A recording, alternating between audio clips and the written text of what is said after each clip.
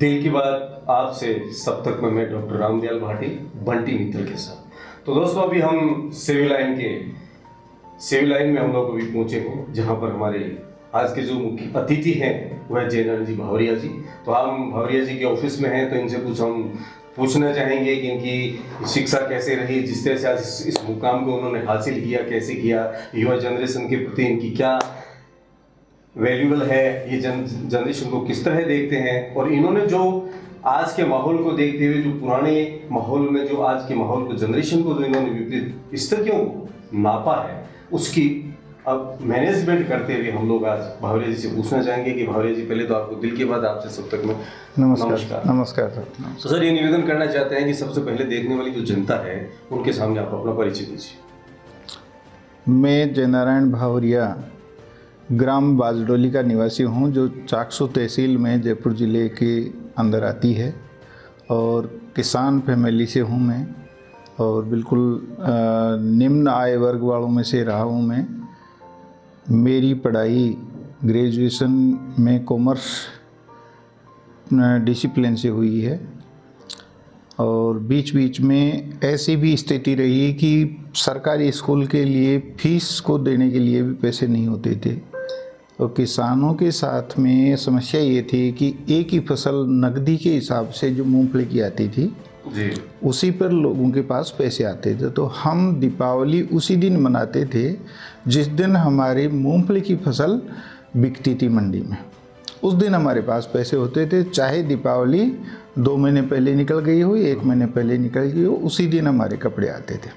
तो उस स्थिति में संघर्षमय जीवन हमने जिया है। अब बाद में कंपटीशन के लिए मैं प्रयास करता रहा, 2-3 बार मैंने परीक्षाएं भी दी, लेकिन क्योंकि आर्थिक स्थिति ज़्यादा सहयोग नहीं कर पा रही थी, तो इसलिए मुझे बीच में खेती करने जाना पड़ गया। सर एक भी बात जो अभी कही है आपने कि स्थितियां जो परिस्थितियां होती है कि सरकारी स्कूल में भी आप पढ़े, हाँ। उसके बाद में आपने एक अंदर जागृति हुई कि मैं नौकरी करूंगा जी, जिसने आपने कुछ एग्जाम भी दिए, हो सकता है एग्जामों में हो सकता है उसमें सफलता रहे, सफलता तो एक प्रभु की दे जी जी जी। लेकिन उस चीज को आपने छोड़ा शायद मेरे ख्याल से, और उसके आपने एक मुकाम हासिल किया जिस तरह से आज जिस मुकाम पे बैठे हैं। हाँ। ये मुकाम उसी तरह इस तरह में ऐसी क्या सोच बनी आप में कि मैं इतने परीक्षाएं भी दे चुका हूँ, इसमें कुछ आगे जाने के लिए कोई परिवर्तन वो नहीं है, तो मैं एक बिजनेस के प्रति आकर्षित हूँ? नहीं, वो कि उसकी परिस्थिति ये बनी कि जब मैं परीक्षाएं दे ही रहा था तो उसी पीरियड में मेरे पिताजी बीमार हो गए। अच्छा अच्छा। और वो काम करने की स्थिति में नहीं थे, तो मुझे खेती का काम संभालना पड़ गया। तो फिर उसी व्यवस्था में मैं दोनों काम नहीं कर पाया। जी जी। मेरी स्थिति ये रही। और 92 में फिर पिताजी का स्वर्गवास हो गया, तो पूरी तरह से मुझे खेती और परिवार में मेरे हम 4 भाई थे जी, तो पूरी जिम्मेदारी मेरे ऊपर ट्रांसफ़र हो गई। अच्छा अच्छा अच्छा। तो फिर मेरे दिमाग से ये चीज़ निकाल ही दी कि भाई मुझे कंपटीशन में नहीं जा कर के कोई भी काम ऐसा करना है। तो मैंने 96 तक खेती की और परंपरागत तरीके से की, क्योंकि मैं तो कॉमर्स से ग्रेजुएट था, तो खेती की तो पढ़ाई मैंने की भी नहीं थी। तो परंपरागत तरीके से खेती की, लेकिन उसमें संभावनाएं ज़्यादा नहीं दिखी मुझे। और क्योंकि मैं कॉमर्स की परीक्षा वो पढ़ाई की वजह से मेरा ये था कि मुझे तो उत्तरोत्तर बढ़ते हुए भी उस टाइम विपरीत रही होगी, काफी रही थी परिस्थितियाँ। किसान स्तर का जो बेटा होता है, जो किसान का काम करने में ज्यादा अपने आप को वो समझता है कि मैं अगर किसान वर्किंग हूँ तो मैं खेती करूँ, जो ग्रोथ होगी उसे परिवार को पालना होता है। हाँ। ये एक किसान की सोच होती है। लेकिन उसको बढ़ते बढ़ते जिस तरह से आपकी सोच बढ़ी, परिवार को पाला, परिवार के अंदर जो भाई हैं, बहनें भी हैं, सब कुछ है, उसको करते करते आपने पूरी किसान स्तर को अपनाया। अपनाने के बाद में ऐसा क्या दिमाग में सोच बना कि मैं इससे बढ़कर निकलूं? वही मैं बता रहा हूँ कि मैंने बताया ना कि मैं परंपरागत खेती करता था, जो पिताजी और से मैंने सीखी थी उसी तरीके से मैं कर रहा था। तो उसमें लागत ज़्यादा आ रही थी और उपज का कीमत कम मिल रही थी। जी। तो ऐसे में एक किसान के सामने जो स्थिति होती है वही मेरे साथ थी कि आधा तन ढक लिया और आधा पेट भर लिया, बस ये स्थिति में हम अपना जीवन चला रहे थे। तो फिर मेरे साथ ये रहा कि भाई मुझे भाइयों की भी जीवन चलाना है और आगे परिवार भी बढ़ेगा तो उसका भी के लिए भी कुछ व्यवस्था करनी है, तो हमें कोई न कोई व्यवसाय देखना चाहिए। तो बीच बीच में मैं जैसे जैसे मुझे खेती में से समय मिलता, जिला उद्योग केंद्र में आकर के मैं कोशिश करता कि मैं किस व्यवसाय के अंदर सफलता हासिल कर सकता हूँ, और ट्रेनिंग भी लेता रहता था, जो ये कौशल के हिसाब से ट्रेनिंग देते रहते थे। पहले तो प्रधानमंत्री रोजगार योजना भी चलती थी, बिल्कुल लोन भी दिया जाता बिल्कुल था, किस तरह काम करते हो। बिल्कुल बिल्कुल उसी पर आ रहा हूँ। तो उन सब के दौरान फिर मेरे पास क्या है कि ये विचार आया कि मैं और काम, क्योंकि मैं खेती कर रहा हूँ तो खेती के साथ में दूसरा कोई काम एडजस्ट नहीं हो सकता, जूट उद्योग लगाने का, ऐसा भी मेरा विचार बना। लेकिन मैंने फिर डेयरी उद्योग में ही अपने आप का भविष्य सही मानते हुए डेयरी का व्यवसाय किया। और 75,000 रुपये का मैंने प्रधानमंत्री ग्रामीण रोजगार योजना के तहत लोन लेकर, और उसमें से जो पैसे निकले वो करीब, ये मैंने 94 में ले लिया था।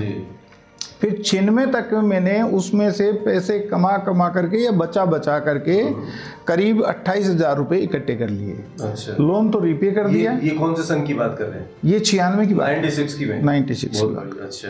तो मेरे पास 28,000 रुपये आ गए। तब फिर मैंने सोचा कि अब मैं इन 28,000 रुपये से ये बिजनेस कर सकता हूँ जो इंफ्रास्ट्रक्चर से संबंधित है। इसमें क्या है कि आदमी अपने कमिटमेंट पर खरा रहे और ईमानदारी से काम करे, तो उसको मार्केट में साख अच्छी रहेगी, तो उसको ज़्यादा पैसों की जरूरत नहीं है। ये मेरा अध्ययन था। जी। तो मैंने ये काम लिया, और पहला टेंडर मैंने किसी दूसरे के नाम से लिया था, जो मुझे मिला अक्टूबर 1996 में। 96 में मिल गया। 96 में मिल गया। ठीक है। 2 साल मैंने फिर 2 काम और दूसरे के नाम से लिए। 98 में 99 में फिर मैंने रजिस्ट्रेशन मेरे नाम से करवा लिया। और मैं ये इंफ्रास्ट्रक्चर से रिलेटेड पहले सिविल के वर्क करता था, जिसमें रोड, नाली, ये इस तरह के सिविल वर्क लिया करता था मैं।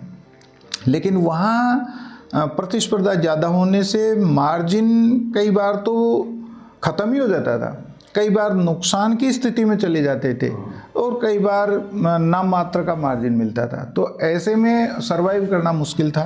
तो फिर मेरा जो सर्वे और रिसर्च चालू था, तो मेरे को ये लगा कि ये इलेक्ट्रिकल इंफ्रास्ट्रक्चर में लोग कम हैं, इस तरह का काम करने वाले, तो मुझे उसमें जाना चाहिए। तो फिर मैं 2003 में अक्टूबर में इसमें इलेक्ट्रिकल इंफ्रास्ट्रक्चर डेवलपमेंट में आ गया। मैं 2003 में इलेक्ट्रिक डेवलपमेंट में जयनारायण जी इस बिजनेस में शुरुआत कर चुके थे। तो मैं इनसे ये पूछना चाहूँगा कि जिस तरह से बिजनेस का डेवलपमेंट किया आपने, और आज की जो जनरेशन, युवा जनरेशन को देखते हैं जो नौकरियों के पीछे भाग रही है, वो कहती है कि जो कुछ है वो सरकारी नौकरी में उपलब्ध है। तो मैं उसी बात को वही लेना चाहूंगा। मैं नौकरी को जो जिसे महत्वता दी जाती है जी, सरकार के अंदर, वो कहते हैं साहब जब अगर नौकरी मिल जाती है तो उसके अंदर क्या होता है कि जब रिटायरमेंट होता है तो उसके अंदर सुविधा रहती है। एक आदमी बिजनेस करता है कि बिजनेस में कभी नुकसान है, कभी फायदा, ये चलता रहता है, उसको ग्रोथ नहीं कर पाता। सही बात है।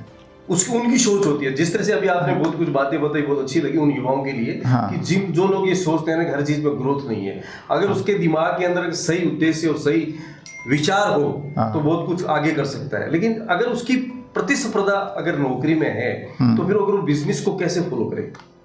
हाँ, मैं वही बता रहा हूँ कि मेरा जो बैकग्राउंड है वो तो एग्रीकल्चर का था, लेकिन उसके बावजूद मेरी सोच है जो बिजनेस की शुरू से ही थी, इसीलिए मैंने कॉमर्स विषय लिया था। बिल्कुल सही कह रहे हैं आप। तो लेकिन क्योंकि उसके लिए पैसे की व्यवस्था जरूरी थी, वो मेरे पास थी नहीं, तो उसके लिए मैंने खेती और डेयरी का व्यवसाय करके उसको इस तरह से मैनेज किया। और अब जब मैं ये देखता हूँ कि मेरे साथ वाले जो नौकरी में लग चुके थे, कोई 2nd ग्रेड टीचर बन गया, कोई 3rd ग्रेड टीचर बन गया, कोई अकाउंटेंट बन गया, तो वो लोग केवल अपने परिवार का भी पूरा भरण पोषण नहीं कर पाए। परिस्थितियाँ इस वजह से रही कि इधर उधर, मान लो जब वो कर रहे हैं तो बाकी लोगों के लिए वो अपने आप में काम नहीं दे पाए। मेरे साथ में ये रहा कि मैंने ये जो काम किया, उसके बाद में 3 मेरे छोटे भाई भी इसी काम में लगे। अच्छा। तो यानी कि मैंने अपना काम तो शुरू किया, लेकिन काम उनको भी मिल गया।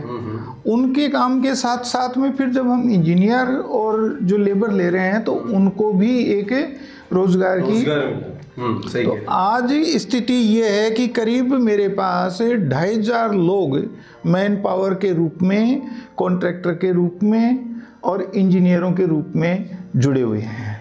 सर का ये कहना है कि आज इनके साथ में नहीं करते, 2500 लोग इनके साथ में बैठ के काम कर रहे हैं और जिनको अच्छी तनख्वाह भी मिल रही है और वो नौकरी की बजाय इतने खुश हैं और परिवार का पालन पोषण भी कर रहे हैं। तो सर मैं आपसे थोड़ी देर पहले एक ही बात पूछी थी कि सरकारी नौकरी और बिजनेस इन बिटवीन का जो ये दायरा है कि लोग महत्वता देते हैं सरकारी नौकरी को, ये पूछना चाहूंगा कि क्या सरकारी नौकरी जो युवा भाग रहे हैं, क्या उनको बिजनेस करना चाहिए या नहीं? नहीं, मैं इस पर मेरा चिंतन ये है कि चलो मैंने तो जो मेरे को ठीक लगा उस हिसाब से मैं चले गया। हालांकि बहुत ज़्यादा मेरी प्लानिंग नहीं थी, केवल ये था कि भाई मुझे बिजनेस में जाना चाहिए और मेरे बिजनेस करने से इतने लोगों को, कम से कम 1000 लोगों को, 1200 लोगों को कोई को रोजगार मिला था, मुझे उसका पुण्य मिले। बिल्कुल सही कह रहे हैं। क्योंकि लोग तो इसी वजह से परेशान है कि साहब हमारे पास कोई काम नहीं है, जबकि काम की कमी कहीं है ही नहीं। आज की भी स्थिति है, सरकारों से काम लेना चाहते हैं लोग बाग, सरकारों से केवल नौकरी लेना चाह रहे हैं लोग बाग, तो सरकार भी इतने कुछ नहीं कर सकती।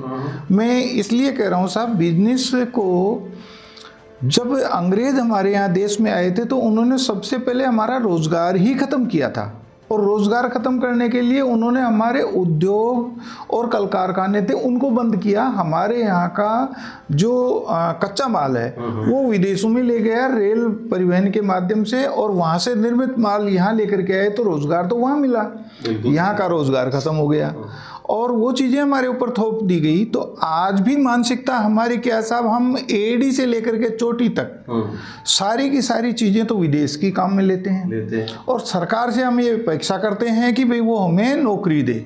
तो जब उसके कोई यहाँ धंधे ही नहीं हो रहे हैं, यहाँ के उत्पाद कोई खरीद नहीं रहा, तो वो कैसे दे देगी? नहीं दे पाई। तो ऐसे में क्या है कि केवल बोझ ही बढ़ते जा रहे हैं। ये मानसिक गुलामी है, इसको बोलता हूँ मैं तो, इसको मानसिक गुलामी है कि आपने अपने आप को एक सीमित दायरे में फिट कर लिया, जबकि आपकी क्षमताएं तो अपार है। आप उसको खुल कर के जियो, आप खुल कर के सोचो, और सोचने के लिए आपका एक लेवल अपने आप बढ़ जाएगा। सर पहले जो शिक्षा थी, पहले की शिक्षा और अब की शिक्षा में तो रात दिन का फर्क है। पहले शिक्षा में मान सम्मान भी था और शिक्षा का स्तर भी बहुत ऊपर था, लेकिन उस ऊपर स्तर को लेकर के आज की जो जनरेशन है, इन्होंने शिक्षा का स्तर बिल्कुल डाउन कर दिया। और डाउन करने के बाद में फिर भी उनको ये लालुपता रहती है कि मैं कुछ करने के लिए आतुर रहूं आगे, लेकिन फिर भी वो नहीं कर पाता। नहीं, अभी आप देख रहे हैं सर कि नीट के एग्जाम में भी पेपर लीक हुए हैं, तो अपने रीट में भी पेपर लीक हुए हैं, एसआई में भी पेपर लीक हुए हैं। तो ये सब चीज़ें क्या है कि हर आदमी ये सोचता है कि मैं अपने बेटे बेटी को सरकारी नौकरी लगाऊं, वो क्योंकि वो काबिल नहीं है और वो अपना भविष्य सुरक्षित देखते हैं। माँ बाप उसके परिजन ये सोचते हैं कि हम कहीं से भी पैसे ला करके गलत तरीके से इसको नौकरी एक बार लगवा दें तो ये आराम से 60 साल तक तो नौकरी करेगा, उसके बाद में पेंशन मिलती रहेगी। यानी हम उसकी जो दिमागी सोच है उस पर ताला लगाना चाह रहे हैं। यानी कि उसको जब तक आप संघर्ष नहीं करने दोगे, जीवन संघर्ष का नाम, संघर्ष नहीं करोगे तो उसमें सोच और विचार बनेंगे कैसे?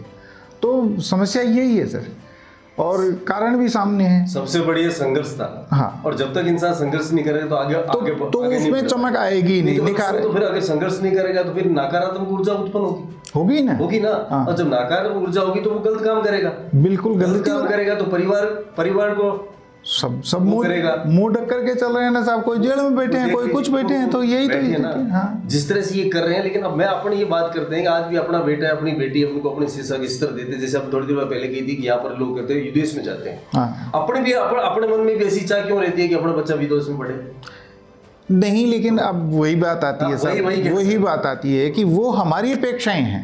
वो माँ बाप ये सोचते हैं कि मैं कोई काम किसी धनाभाव की वजह से या कोई मार्गदर्शन नहीं मिला उस वजह से मैं नहीं कर पाया, लेकिन मेरी बेटे बेटी के लिए तो मैं धन की भी व्यवस्था करूंगा, कोई उसको गाइड भी करना होगा तो वो भी करने वाले मिल जाएंगे, आज काउंसलर मिल जाएंगे।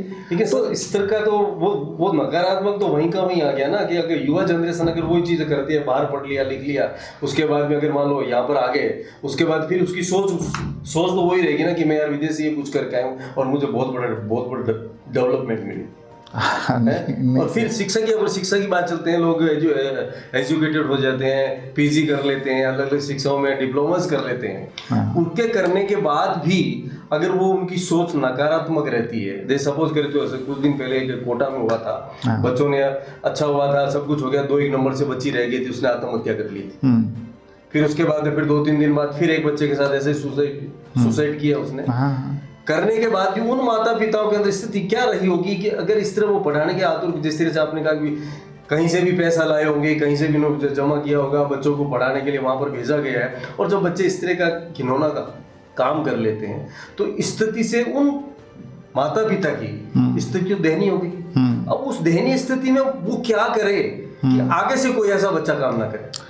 नहीं, उनका तो ऑप्शन खत्म हो गया ना, हो गया। जिनके एक ही बच्चा या एक ही बच्ची थी वो तो खत्म हो गया। अब ये चीज तो क्या कि दूसरों के लिए उदाहरण के रूप में आ रही है कि हमें इस बात को लिए सोचना चाहिए, जैसे कि कभी कोई रोड एक्सीडेंट होता है तो हमें सारे रोड के नियम, यातायात के नियम याद आते हैं और हम याद करवाते हैं, विकास हम ऐसे नहीं कर लेते तो ऐसे नहीं, क्योंकि उसने ऐसी गलती की वो हम नहीं कर जाएं।